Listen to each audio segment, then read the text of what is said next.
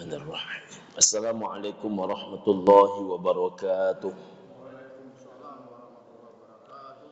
Alhamdulillahi rabbil alamin. Allahumma salli ala Muhammad wa ala alihi wa ashabihi ajma'in. Assalamualaikum ya Rasulullah. Ibu dan bapak pengurus dan jamaah Masjid Darul Aman rahimakumullah. Ada dua hal yang selalu disebut orang pada bulan Rabiul Awal. Pertama adalah maulid, yang kedua adalah maulud. Apa sebetulnya beda maulid dengan maulud? Kalau yang dikaji itu dua, ibu dan bapak. Pertama adalah kapan Nabi dilahirkan. Yang kedua adalah di mana tempat Nabi Muhammad dilahirkan. Maka nama acara itu adalah Maulid Nabi. Namun bila yang dibahas itu adalah tentang sosok orang yang dilahirkan, siapa dia, macam mana keluarganya, macam mana aktivitas kesehariannya, bagaimana dakwahnya, bagaimana kepemimpinannya, maka nama kegiatan itu adalah Maulud Nabi. Jadi disebut Maulid Nabi betul, disebut Maulud Nabi pun betul. Kajian harian seperti ini juga menyangkut maulid dan maulud.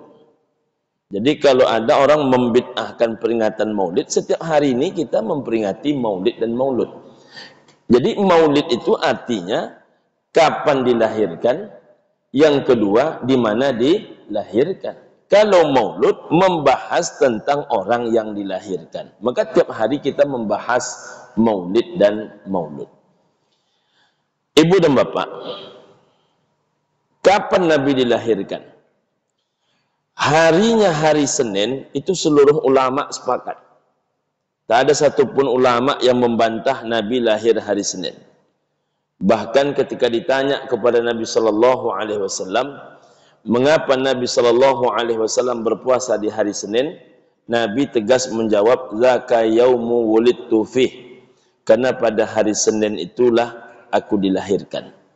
Jadi cara Nabi merayakan hari beliau dilahirkan itu dengan cara bersyukur kepada Allah dengan mengamalkan amal ibadah puasa sunnah. Jadi bolehkah kita merayakan hari lahir kita? Boleh, dengan cara bersyukur kepada Allah. Contohnya ibu dan bapak rahimakumullah, bolehkah ada seorang jamaah Masjid Darul Aman asal pas di saat hari kelahirannya dia bersedekah? Boleh. Di saat tanggal kelahirannya dia menyantuni anak yatim? Boleh. Karena itu ibu dan bapak rahimakumullah cara seorang hamba mewujudkan rasa syukur karena dilahirkan dan diciptakan ke atas dunia ini sebagai manusia. Namun tanggal Nabi dilahirkan ibu dan bapak terjadi ikhtilaf di kalangan ulama. Sebahagian kecil para ulama berpendapat Nabi lahir di tanggal 9 Rabiul Awal. Tapi jumhur ulama, mayoritas pendapat ulama, Nabi lahir di tanggal 12 Rabiul Awal. Karena ada 3 Senin dan 3/12 Rabiul Awal yang berkaitan dengan sejarah hidup Nabi. Pertama ibu dan bapak, di hari Senin 12 Rabiul Awal Nabi Muhammad dilahirkan. Yang kedua adalah di hari Senin 12 Rabiul Awal Nabi Muhammad membangun kota Madinah melalui membangun Masjid Quba. Yang ketiga, hari Senin 12 Rabiul Awal Nabi Muhammad Rasulullah berpulang ke rahmatullah, menghadap ke haribaan ilahi. Ibu dan bapak yang berbahagia, pertama, hari Senin 12 Rabiul Awal Nabi Muhammad dilahirkan. Tahunnya unik, disebut dengan nama tahun gajah. Kalau bapak ibu nak meneliti, mempelajari tentang tahun gajah ini, maka bapak ibu yang pernah haji dan umrah tentu akan dibawa ke Armina. Kalau orang haji, memang ini menjadi rangkaian ibadah. Di Arafah kita berwukuf, di Muzdalifah kita mengambil batu, dan di Mina kita melontar jumrah. Bagi orang yang melaksanakan ibadah umrah, Armina ini menjadi ziarah luar.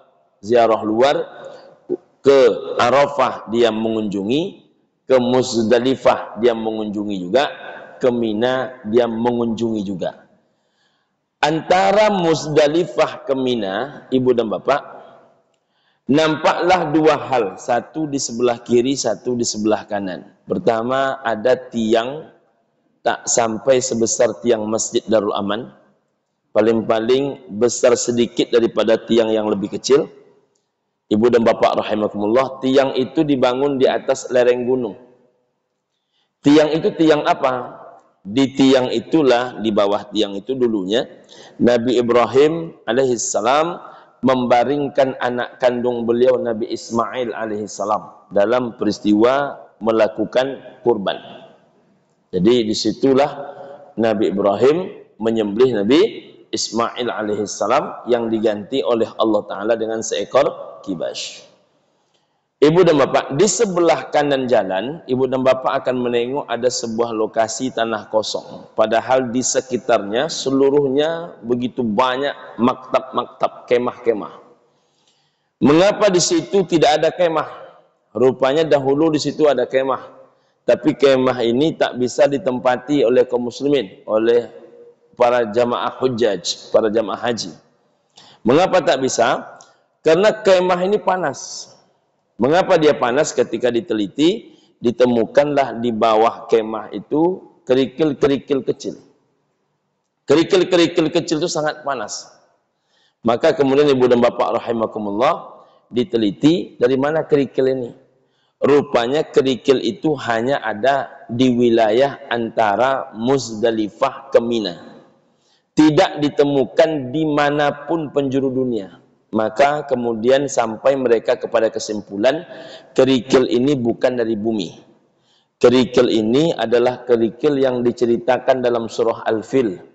Wa arsala alaihim tayran ababil tarmihim bihijaratin, bihijarah.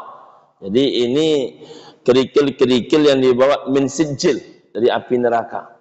Ibu dan bapak rahimakumullah, siapa yang membawakan kerikil itu? Burung ababil, tayran ababil, burung ababil. Diambil dari neraka, diterbangkan ke antara Muzdalifah dan Mina, dijatuhkan di atas pasukan-pasukan bergajah yang dipimpin oleh Abraha yang berkehendak menghancurkan Ka'bah. Maka mati sebahagian besar pasukan dan gajah-gajahnya, yang masih hidup menyelamatkan diri.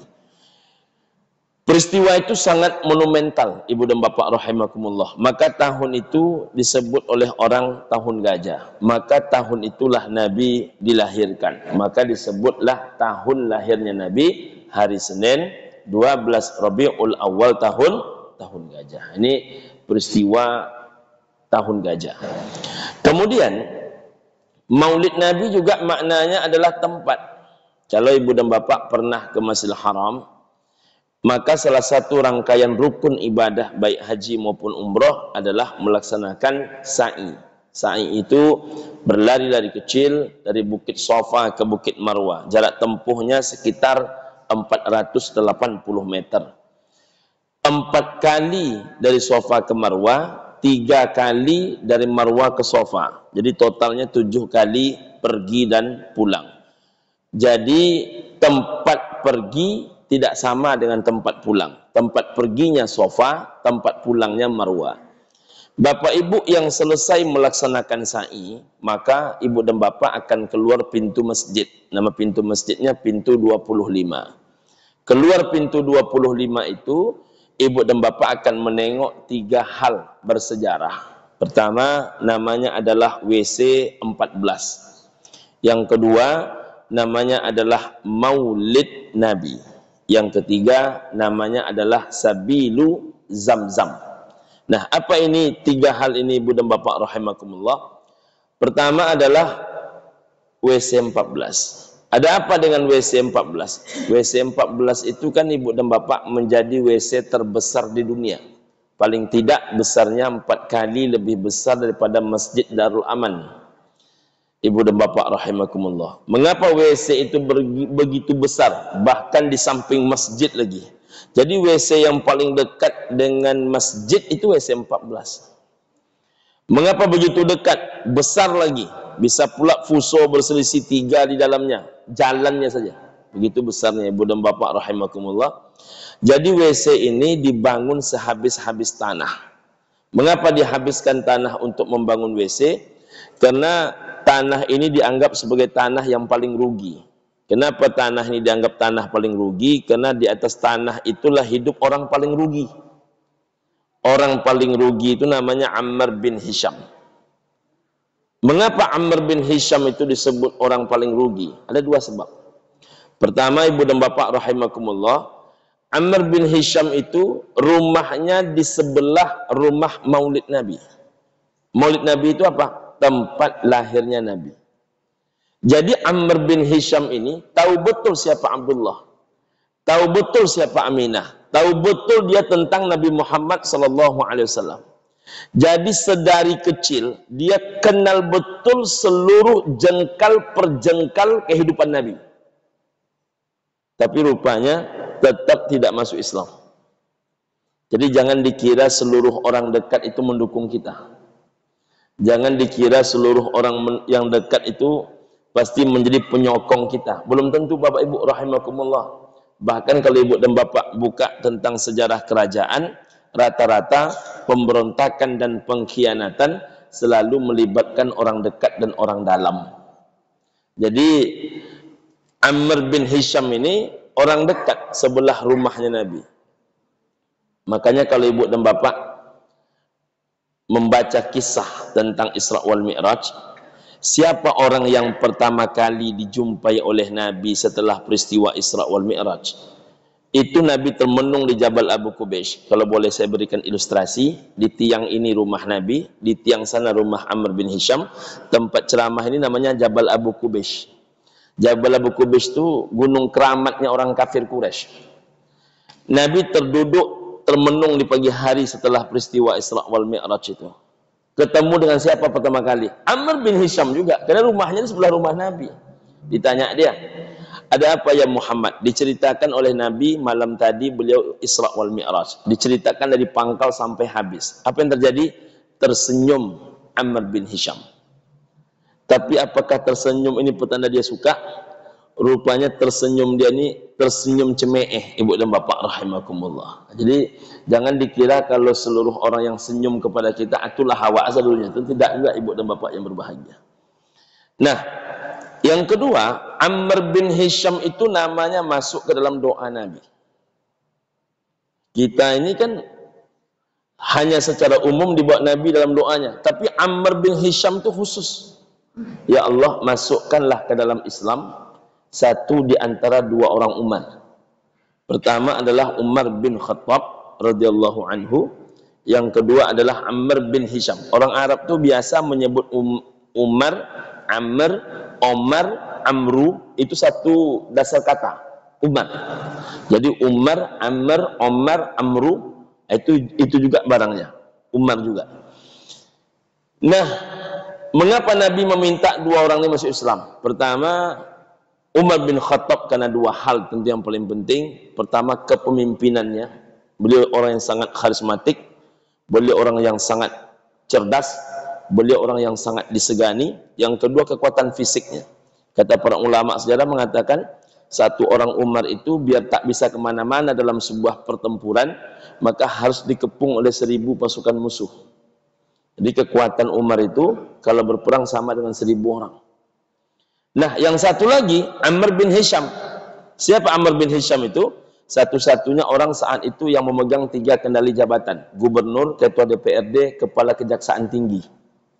Nah, itu ketiga-tiganya dia itu pemegang kekuasaannya. Dialah gubernur kota Mekah, dialah kepala kejaksaan tinggi kota Mekah, dialah ketua DPRD kota Mekah. Tapi walaupun namanya disebut Nabi dalam doa, rumahnya di sebelah rumah Nabi, rupanya dia tidak bisa mendapatkan hidayah. Maka orang Islam menyebut nama dia Abu Jahal. Abu itu bapak, Jahal itu bodoh. Karena kebencian hati, tertutup hati itu. Khatamallahu ala qulubihim wa ala sam'ihim wa ala absarihim ghisyawatun wa lahum adzabun azim. Nah, di sebelah rumahnya Abu Jahal itu Maulid Nabi. tempat lahirnya Nabi. Sekarang menjadi maktabah, menjadi perpustakaan. Yang ketiga, di belakangnya lagi Sabilu Zamzam. Sabil artinya simpang, Zamzam artinya air Zamzam. Jadi Sabilu Zamzam, simpangan air Zamzam. Dulu kita kalau tahun 80-an, 90-an mengambil air Zamzam langsung ke sumur Zamzam. Tapi kemudian tahun 2001 saya 4-5 kali mengambil air Zamzam itu tidak lagi di sumur Zamzam. Tahun 2001 itu Ibu dan Bapak, tapi ke depan pintu 1 King Abdul Aziz di depan Hotel Hilton. Tapi karena di situ pun crowded, maka dipindahkanlah kemudian simpangan air Zamzam itu ke belakang rumah emak Nabi, namanya Sabilu Zamzam. Itu semuanya ketiga-tiganya ada di depan pintu 25. Jadi itulah Maulid Nabi, Ibu dan Bapak rahimakumullah. Pertama, memaknakan Maulid Nabi adalah tentang sejarah kapan dilahirkan. Yang kedua, Maulid Nabi itu adalah tentang siapa orang yang, di mana tempat orang itu dilahirkan. Itulah Maulid. Terima kasih Ibu dan Bapak rahimakumullah. Sudah 15 menit. Semoga ada berkah, ada kebaikan. Billahi taufiq wal hidayah. Assalamualaikum warahmatullahi wabarakatuh.